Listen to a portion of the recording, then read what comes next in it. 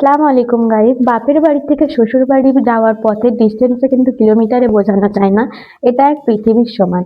আজকে আমি যাচ্ছি দক্ষিণবঙ্গের বাড়ি থেকে উত্তরবঙ্গের বাড়িতে। এই যে সাথে আছে জামা কাপড়, এখন গিয়ে জামা কাপড় প্যাকিং করব। জামা কাপড় প্যাকিং মারা প্রায় করে দিয়েছে, বাট কিছুটা বাকি আছে। তো আমি গিয়ে প্যাকিং করবো আর তোমাদের সঙ্গে জার্নিটা শেয়ার করব, তো দেখতে থাকো।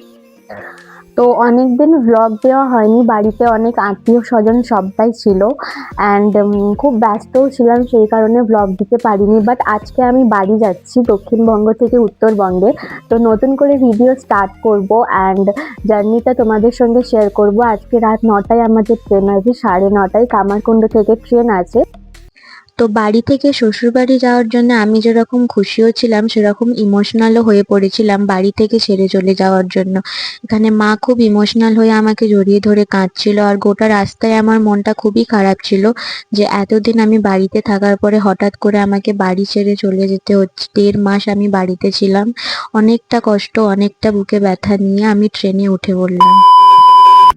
তো আমরা এইমাত্র জাস্ট ট্রেনে উঠলাম অ্যান্ড আমাদের অনেকটা ছুটতে হয়েছে, আমাদের কোচ অনেক পরে ছিল, আমরা অনেক আগে দাঁড়িয়েছিলাম। ছুটতে ছুটতে পুরো ক্লান্ত হয়ে গেছি। সাথে আমাদের 5-6টা ব্যাগ আছে, অনেকগুলো টিফিন আছে, মা টিফিন ভর্তি খাবার পাঠিয়েছে। আর অনেকটা ক্লান্ত হয়ে আমাদের দুজনেরই আপার বার্থে সিট আছে। আমাদের বগি হচ্ছে M1 আমরা যাচ্ছি অ্যান্ড আপার বার্থে আছে, দুজনই ওপরে উঠে পড়েছি। তোমার কেমন লাগছে? ভালো লাগছে। এই দেখো কয়টুকু স্পেস, স্পেসটা একেবারেই কম। মাথাটা তুললে মনে হচ্ছে লেগে যাবে। আর কি করা যাবে, থাকতেই লাগবে। এমনি ট্রেনটা অনেক পরিষ্কার, অনেক সুন্দর। কাঞ্চনকন্যা এক্সপ্রেস অনেক ভালো, যারা যাতায়াত করে এটাতে সবাই জানে মোটামুটি ট্রেনটা খুব পরিষ্কার পরিচ্ছন্ন। কিন্তু একটু ডিলে করে ট্রেনটা, যখনই শিলিগুড়ি পার করে তখন একটু ডিলে হয়ে যায়। আর স্পেসটা খুব ছোট M3-তে, একটু কমফোর্টেবল হচ্ছে না, বাট কি করবে। তো এখন তুমি কি করবে? এখন আমার কাছ থেকে আমি সারা রাত মুভি দেখবো, ওয়েব সিরিজ দেখবো, চলবেই। তুমি সারা রাত মুভি দেখবে আর আমি সারা রাত ঘুমাবো। ঠিক আছে, চলো বাই করে দাও। বাই। মর্নিং সকলকে। আমরা এখন শিলিগুড়ি থেকে এইমাত্র জাস্ট বের হলাম। শিলিগুড়িতে ট্রেনটা 1 ঘন্টা মতো দাঁড়িয়েছিল, কেন জানি না, কারণ জানি না। এই যে পাশে পাহাড় তোমরা দেখতেই পাচ্ছ, খুব সুন্দর দৃশ্য। এখন বাজছে সকাল 9:30। আমাদের ওদিকের থেকে এদিকে আমার মনে হচ্ছে ঠান্ডাটা কম আছে, কারণ সকাল সকাল রোদ দেখা দিয়েছে। আর আমরা ফ্রেশ হয়ে একটু চা পানি করলাম, নাস্তা খেলাম। দেন তারপরে আমরা এই সুন্দর দৃশ্য দেখতে দেখতে যাচ্ছি। তো তোমরাও একটু দেখে নাও কত সুন্দর এখানকার পরিবেশ। এক্সকিউজ মি, কেমন লাগছে বলো ট্রেন জার্নি? ট্রেন জার্নিটা ভালোই, কাঞ্চনকন্যাটা জানি না কেন এতটা খারাপ বলবো না, কিন্তু খুব দেরি করছে বলে ভালো লাগছে না। কারণ শিলিগুড়িতে প্রায় 1 ঘন্টার মতো ওয়েট করার ছিল, অনেকক্ষণ ওয়েট করছিল। এখন এই জাস্ট শিবক ঢুকলাম। আমার তো সত্যি কথা বলছি, মানে আমাদের ওখানে তো এরকম পরিবেশ নেই। এখানে সত্যি এগুলো দেখতে খুব ভালো লাগে। ইনফ্যাক্ট আমার এত ভালো লাগছে, আমি রাস্তা দিয়ে যাচ্ছি, শুধু আমি দৃশ্যগুলো দেখতে দেখতে যাচ্ছি। তুমি একবার দেখিয়ে দাও পাহাড়গুলো। তো শিলিগুড়ি জাংশনের পর থেকে ট্রেনটা একেবারেই ফাঁকা হয়ে যাওয়ায় আমার মনে হচ্ছিল যেন আমরা দুজন মিলেই শুধু ট্রেনটাতে বসে আছি। আর যত রকমের গল্প আছে সব গল্প করতে করতে আমরা যাচ্ছিলাম। তারপরে চলে এলো আমাদের দলগাঁও স্টেশন। আমি এখানে ব্যাগ নিয়ে দাঁড়িয়ে আছি। তো আমরা এক্ষুনি নামলাম দলগাঁওয়ে, এখন যাব হচ্ছে বাড়ি। খিদে পেয়েছে খুব, ট্রেনে টুকিটাকি খাওয়া দাওয়া করেছিলাম, বাট অনেকটা খিদে পেয়েছে। এখান থেকে গাড়ি বুক করবো, দেন বাড়ি যাব, সবার সঙ্গে দেখা করব। আমি অনেকটা এক্সাইটেড হয়ে আছি, সবার সঙ্গে অনেক দিন পর দেখা হবে। এই যে ট্রেনে ছেড়ে দিয়েছে, এখন আমরাও বাড়ি যাব। তো বাড়ি এসে অনেকটা খুশি হয়ে আমি আর আম্মু দুজনকে জড়িয়ে ধরলাম। তো এখন ফ্রেশ হয়ে খাওয়া দাওয়া করে ঘরে এলাম, অনেক ক্লান্ত লাগছে শরীরটা। আর দিদিরাও এসে গেছে, দিদি বাচ্চা দুটোকে নিয়ে। আর শরীরটা খুব ক্লান্ত লাগছে, একটু পরে শুয়ে পড়বো। অ্যান্ড দিদিদের সঙ্গে খুব মজা করলাম, খাওয়া দাওয়া করলাম। ও কি করছে তোমাদেরকে দেখাচ্ছি।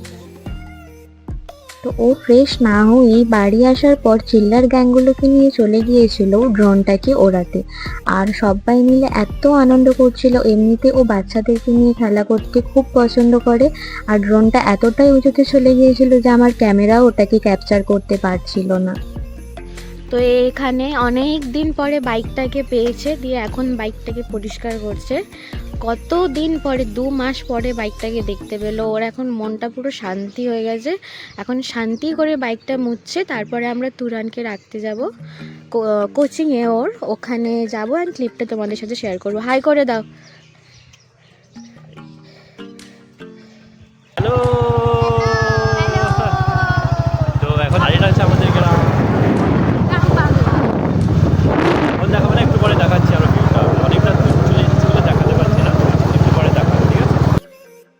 আর এখানে তুরহানকে ছেড়ে আমরা বাড়ি যাচ্ছিলাম। এই হচ্ছে আমাদের গ্রাম বাংলার প্রকৃতি, চারিদিকে শুধু জঙ্গল আর জঙ্গল। এই জঙ্গল এতটাই ঘন যে এখানে প্রায়শই হাতি বেরোতে থাকে। আর আমরা রাস্তায় যেতে যেতে ময়নাঝোড়া নামে এই সুন্দর জায়গাটাকেও দেখতে পেলাম, যেটা আমাদের বাড়ির একেবারেই কাছে ছিল। আমরা চলে এসেছি ময়নাঝোড়া থেকে বেরিয়ে পড়ছি এখানে। এখান থেকে গোপালপুর কাছে, কিন্তু আজকে সময় নিয়ে যেতে পারছি না বলে এখনই বেরিয়ে যাবো। তোমার নাম কি? নাম বলো, নাম বলো। তান তান। গাইস, আজকে আমাদের বাড়িতে হতে চলেছে একটা খুব বড় ফ্যামিলি পিকনিক। আমরা এখন সবাই রেডি হয়ে গেছি, সবাই মিলে বেরোবো, খুব মজা করব। এন্ড কি কি করি কি কি না করি সব শেয়ার করব। তো চলো এখন যাওয়া যাক। টোটো এসে গেছে, টোটোতে সব জিনিসপত্র তোলা হয়ে গেছে। এখন আমরা জাস্ট যাবো, পৌঁছে গিয়ে তোমাদেরকে দেখাবো। Hello guys, welcome to our vlog and our family get together and we are going to picnic. Be with us and nothing. তো এখানে আমরা সবাই মিলে টোটোতে যাচ্ছিলাম, আর ও আব্বু আর তুরান মিলে বাইকে যাচ্ছিল এন্ড পুরো চিল করছিল বাইকে যেতে যেতে।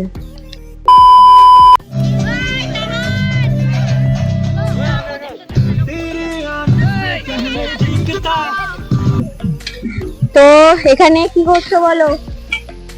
এখানে হচ্ছে আলু মটর, আলু মটরের সবজি, যেটা হবে ব্রেকফাস্ট। এখন তো ব্রেকফাস্টের টাইম নয়, একটা সময় করবো আমরা ব্রেকফাস্ট, লাঞ্চের টাইমে। এখানে হাঁস পরিষ্কার করা হচ্ছে, ভাইয়ারা মিলে সবাই হাঁস পরিষ্কার করছে। 3টা হাঁস। জোশ জোশ।